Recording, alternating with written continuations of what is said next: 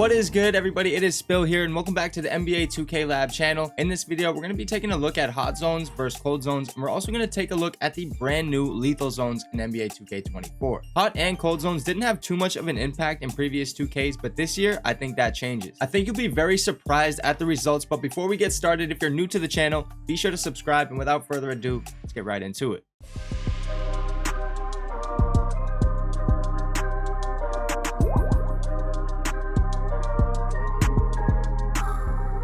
In previous 2Ks, it was cool to have hot zones, but they provided only a minimal boost, which was most likely unnoticeable. In 2K23, you can see by this graph here that the boost was pretty much negligible and only really appeared at the edges of the green window for about 5 milliseconds apiece. This graph shows how easy it was to ignore your hot and cold zones, but it looks like they're putting a lot more emphasis on those this year. In 2K24, they've introduced lethal zones, which provide the biggest boost to your make percentage when taking shots in that area. Before we get into the brand new lethal zones though, let's take a look at hot zones versus cold zones in 2K24. For this test, we took 200 shots at each timing throughout the green window for cold, neutral, hot, and lethal zones for a total of 7,200 shots. Now off the bat, you can clearly see these zones have an impact on your shot success. At the center of the green window, there's about a 5% increase to your make percentage in a hot zone when compared to your neutral zone. On the flip side though, the cold zone shows a 2 to 3% decrease in make percentage in the center of the green window. The early edges on this chart show a decent boost or decrease, but where it gets crazy is at the later edges of the green window. If we look at the bottom of the graph at 680 milliseconds, you can see the cold zone shows a make percentage of 20%. At that same exact timing, the hot zone shows a make percentage of roughly 65%, which compared to the cold zone is a 45% increase. What this tells us is that these hot zones are essentially expanding the effective green window. So long story short, you'll want these hot zones as they seem to matter more than ever this year, but the video isn't done yet. Now, if you thought hot zones were good, then just wait until you see these lethal zones. These zones can increase your effective green window by another 10 milliseconds more than hot zones, and even more effectively. With green window sizes being smaller than they were in 2K23, acquiring these hot and lethal zones can make it much easier to hit a perfect release. If you take a look at the 685th millisecond on this chart, even the hot zone has a make percentage of less than 30%, but that same exact timing in a lethal zone shows a make percentage of about 60%, which is over a 30% increase, which goes to show how important these zones are. Lethal zones can be tough to get as you have to shoot very well from that specific zone, but the boost is definitely worth it. There's also an easy way to acquire hot or lethal zones, and you can get rid of your cold zones by just going to the Art of Shooting gym and practicing some drills in there, which you can even select which zone you want to improve. Now that is all we got for this hot zone versus cold zone video. If this video helped you guys or you learned something from it, be sure to drop a like. It's been Spill,